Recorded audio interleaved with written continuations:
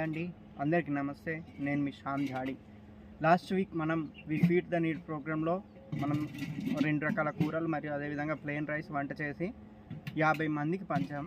అదేవిధంగా ఈ వారం కూడా ఒక 50 మంది క్వాంటిటీకి అన్నదానం చేయాలని మనం వి ఫీడ్ ద నీడ్ ప్రోగ్రాంలో ఇవాళ అనుకుంటున్నాం. దాని గురించి లాస్ట్ వీక్ మేము అప్లోడ్ చేసిన వీడియోకు మంచి రెస్పాన్స్ వచ్చిందండి. మంచి కామెంట్లు ఇచ్చారు. ఇంకా ఫోన్లు చేసి మంచి సలహాలు కూడా మీరు ఇచ్చారు. దానికి అందరికీ నా యొక్క కృతజ్ఞతలు. అదేవిధంగా ఈ యొక్క ప్రోగ్రామ్ని మీరందరూ కూడా మునుముందు కూడా మంచిగా సపోర్ట్ చేసి మమ్మల్ని ఇంకొంతమందికి మంచి పని చేసేలాగా మీరు మమ్మల్ని ప్రోత్సహించాలని కోరుకుంటున్నాం. ఈ ప్రోగ్రాంకి తన వంతుగా మనీ పరంగా మనకు సహాయం చేసిన జునుగరి రాజేష్ అన్న గారికి ప్రత్యేకమైన కృతజ్ఞతలు. ప్రతిరోజు కామన్ లాగా కాకుండా కొంచెం వెరైటీగా ఉండాలనేసి వెజిటేబుల్ బిర్యానీ, అదేవిధంగా సాంబార్ మరియు మజ్జిగ చారు చేయాలని మనం నిశ్చయించుకున్నాం.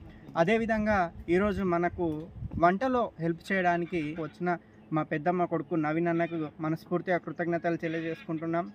అదేవిధంగా ఇవాళ మనం ఏదైతే వంట చేసుకుంటున్నామో దాని గురించి కూరగాయలు కట్ చేసుకుందాం. అదేవిధంగా వంటని మనం మొదలు పెట్టేద్దాం. ఈరోజు మనం చేసుకోబోయే వెజిటేబుల్ బిర్యానీ కోసం ఆలుగడ్డలు మరియు క్యారెట్ కట్ చేసుకుంటున్నాం.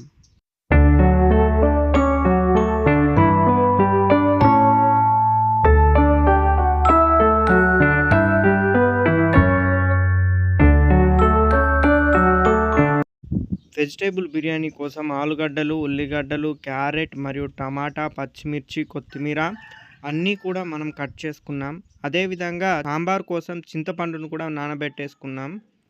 ఈ వెజిటేబుల్ బిర్యానీ కోసం కూరగాయలన్నీ కట్ చేయడం అయింది. ఇప్పుడు ఇక మసాలా నూరుకుందాం.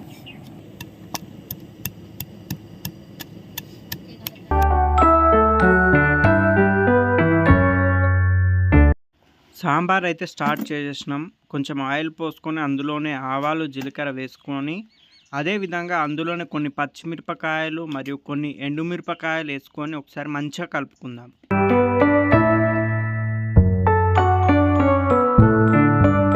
నూనెలో సొరకాయ ముక్కలు కూడా వేసుకొని ఒకసారి మంచిగా కలుపుకుందాం. సొరకాయ ముక్కలను కాసేపు మూత పెట్టుకొని ఉడకనిద్దాం.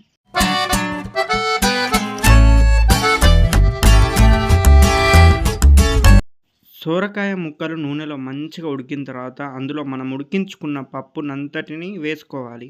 వేసుకొని ఒకసారి మంచిగా అటు ఇటు కలుపుకొని అందులో మనం టమాటాలు వేసుకుందాం. తర్వాత తగినన్ని నీళ్లు పోసుకొని ఒకసారి మంచిగా కలుపుకొని మూత పెట్టుకొని ఉడకనిద్దాం.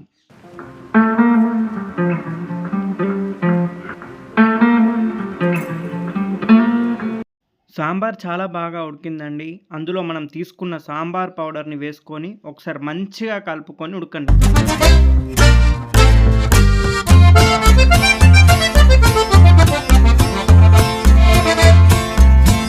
సాంబార్ అయిపోయింది. ఫైనల్గా కొత్తిమీర వేసుకొని దించేసుకుంటాం.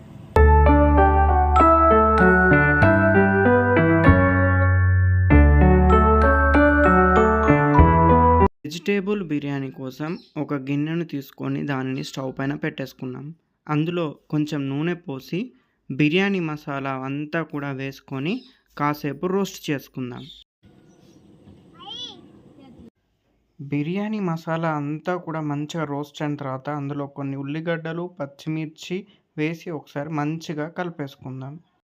అలాగే కొంచెం అల్లం వెల్లిపాయ పేస్టు, అదేవిధంగా మనం కట్ చేసుకున్న క్యారెట్ ముక్కలు, పచ్చి బఠానీలు, ఆలుగడ్డలు, టమాటాలు అన్నీ వేసుకొని ఒకసారి మంచిగా కలుపుకొని మూత పెట్టుకొని ఉడకనిద్దాం.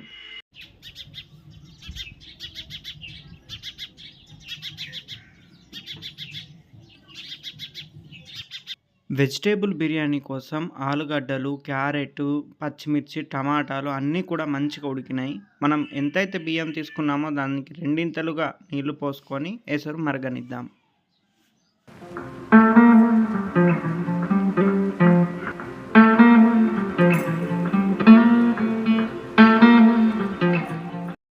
ఎసరు మంచిగా మరుగుతుందండి. దాంట్లో మనం బియ్యాన్ని వేసుకొని ఒకసారి మంచిగా కలుపుకొని ఉడకనిద్దాం.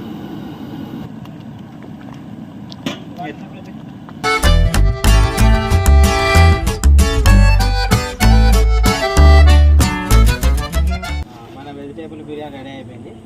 స్టవ్ ఆఫ్ చేసుకొని తీసుకుంటాం.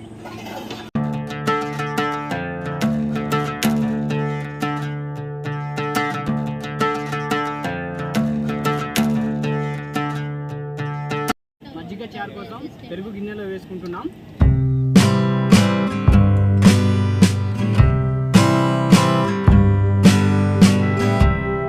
మజ్జిగ చారు కోసం ఒక గిన్నెలో నూనె పోసుకొని అందులో ఆవాలు, జీలకర్ర మరియు ఎండుమిర్చి, పచ్చిమిర్చి వేసుకొని కలుపుకోవాలి. మజ్జిగ చారు కోసం తాలింపు రెడీ అయిపోయింది. మజ్జిగలో వేసుకొని మంచిగా ఒకసారి కలుపుకుందాం. అన్నం కూరలు మొత్తం కంప్లీట్గా అయిపోయినాయి. ఇప్పుడు మనము కూరలు ప్యాకింగ్ చేద్దాం.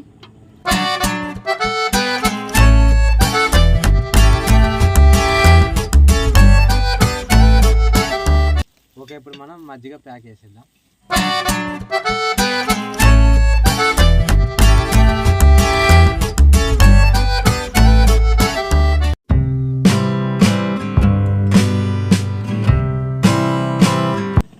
సాంబార్ ప్యాక్ చేయడం అయిపోయింది. ఇప్పుడు వెజిటేబుల్ బిర్యానీ ప్యాక్ చేద్దాం.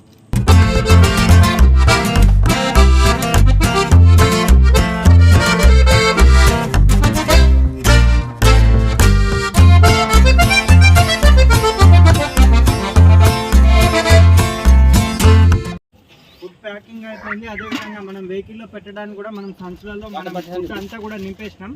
ఇప్పుడు ఈరోజు అన్నం కొంచెం మిగిలి ఉంది కాబట్టి మనం కూడా తినేసి వెళ్ళిపోదాం. ఇక అన్నము కూరలు అన్నీ ప్యాక్ చేయడం అయింది. ప్యాక్ చేసినాక మిగిలింది మేము తింటున్నాము. తిన్న తర్వాత ఇక మేము బయలుదేరుతాం.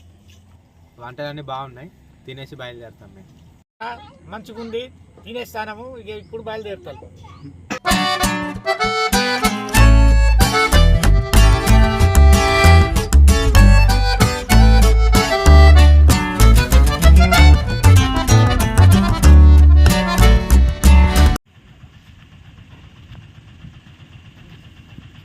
అందరికీ నమస్తే అండి. ఇవాళ మనం వి ఫీడ్ ద నీడ్ ప్రోగ్రాంలో మనం చేసే వెజిటేబుల్ బిర్యానీ, సాంబార్, అలాగే రైతా అన్నీ కూడా వంటలు అయిపోయి మనం తినేసి ఫుడ్ అంతా ప్యాక్ చేసుకొని మన వెహికల్లో పెట్టేసుకుందాం.